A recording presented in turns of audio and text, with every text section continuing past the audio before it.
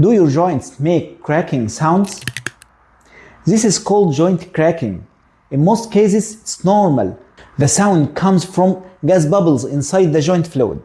If there is no pain, don't worry.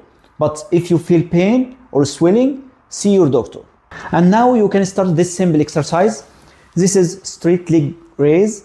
It strengthens the quadriceps, strong muscle supporting the knee. Lift your leg slowly, hold for 5 seconds, repeat it 10 times.